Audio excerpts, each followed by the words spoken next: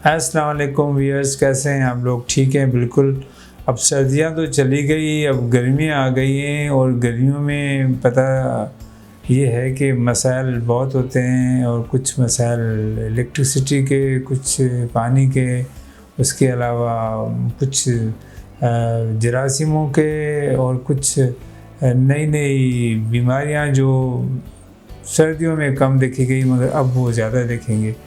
तो हम आज डिस्कस करेंगे कि किस चीज़ों का पेरेंट्स को ख्याल करना चाहिए कि बच्चों को ये बीमारियां ना हो, और अगर हो तो इसका कैसे जल्दी ट्रीटमेंट करवाएं ताकि उनको ज़्यादा बच्चों को तकलीफ़ नहीं हो, क्योंकि माँ बाप तो यही चाहते हैं ना। तो बच्चों का ग्रोथ और डेवलपमेंट भी कम हो जाती है। बच्चा खाना नहीं खाएंगे तो उनका वज़न नहीं बढ़ेगा, उनका कद नहीं बढ़ेगा और इस पर ज़्यादा ज़रूरत होनी चाहिए। अभी एक पेशेंट आया था तो वो कह रहे थे कि मेरा कद भी छोटा है तो मेरे बच्चों का कद भी छोटा होगा। मैंने कहा ज़रूरी नहीं होता, क्यों अगर बच्चों की नशोनुमा सही होगी तो बच्चों का कद बढ़ सकता है। और उसमें जो कॉमन रीज़न्स हैं वो भी आज डिस्कस करेंगे। तो सबसे पहले तो ये करें कि कौन सी ज़्यादा बीमारियाँ हैं जो हो सकती हैं। देखिए, एक तो पता है गर्मी में एक stomach flu, gastroenteritis, diarrhoea, vomiting ये कॉमन होता है। अब वो फैलता कैसा है? फैलता है ऐसा है जैसे अभी एक पेशेंट ने कहा कि हम इनको फ़िल्टर का पानी पिलाते हैं। अब ये है कि अगर फ़िल्टर का पानी पिला रहे हैं तो फ़िल्टर का मेंटेनेंस होना चाहिए।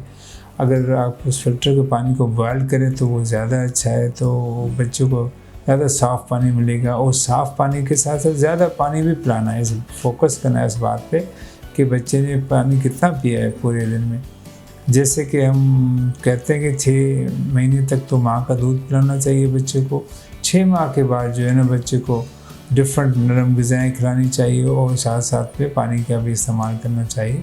और 6 माह से पहले माँ को पानी ज़्यादा पीना चाहिए, ताकि 8 से 10 गिलास माँ पानी पिएगी तो ज़्यादा अच्छा होगा। वो हाइड्रेटेड महसूस करेगी और बच्चे को जो है ना उससे फीडिंग में प्रॉब्लम नहीं होगा। और उसके बाद जो मैंने ग़िज़ा की बात की, ग़िज़ा इम्पॉर्टेंट है, ज़ूद हज़म ग़िज़ा होनी चाहिए। और जब आप बच्चे को ग़िज़ा दें तो ताज़ा बनाएं, ये इम्पॉर्टेंट है। अगर क्योंकि बाहर रखेंगे तो उससे फिर गैस्ट्रोएंटेराइटिस ज़्यादा हो जाती है। और जब ज़्यादा पानी वाले मोशन होते हैं तो सबसे पहले डिहाइड्रेशन। और आपको ये पता होगा कि बच्चों में जो सबसे अमात होते हैं डायरिया में वो डिहाइड्रेशन की वजह से होते हैं। तो डिहाइड्रेशन को प्रिवेंट करना चाहिए। सिर्फ पानी पिलाना है और साथ में ORS पिलाना है। और बाकी एक दवा है जिंक, वो इस्तेमाल करनी है। ORS का पानी बहुत ज़रूरी है और थोड़ा थोड़ा आस्ते आस्ते पिलाना चाहिए जब भी डायरिया हो। और ये देखना चाहिए कि बच्चे का स्टूल में कोई ब्लड तो नहीं आ रहा।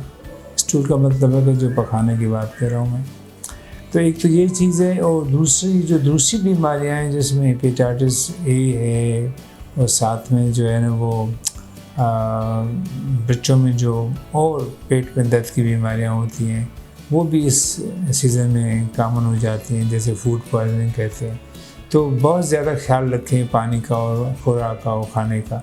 और दूसरी जो इस मौसम में मसला है वो है स्किन की बीमारियों का, क्योंकि स्किन की बीमारियां भी जैसे पसीना निकलता है तो जो स्किन है वो ख़राब हो जाती है, ख़ास तौर पे जो फंगल इन्फेक्शंस हैं और दूसरे जो बॉयल्स हैं वो हो जाते हैं।